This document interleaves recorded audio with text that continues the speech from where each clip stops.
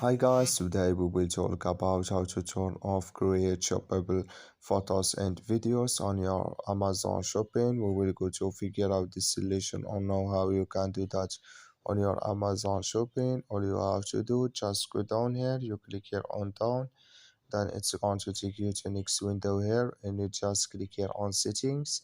Then it's going to show for you window like this. You click here on permissions and you go to next window. You just waiting to show for us window like this and you just go down here and you come here to, so you just go down, you come here to create shoppable photos and videos. You click here on this mark or this color and you just switch into color. It's gone. That's main create shoppable photos and videos. It's turned off now.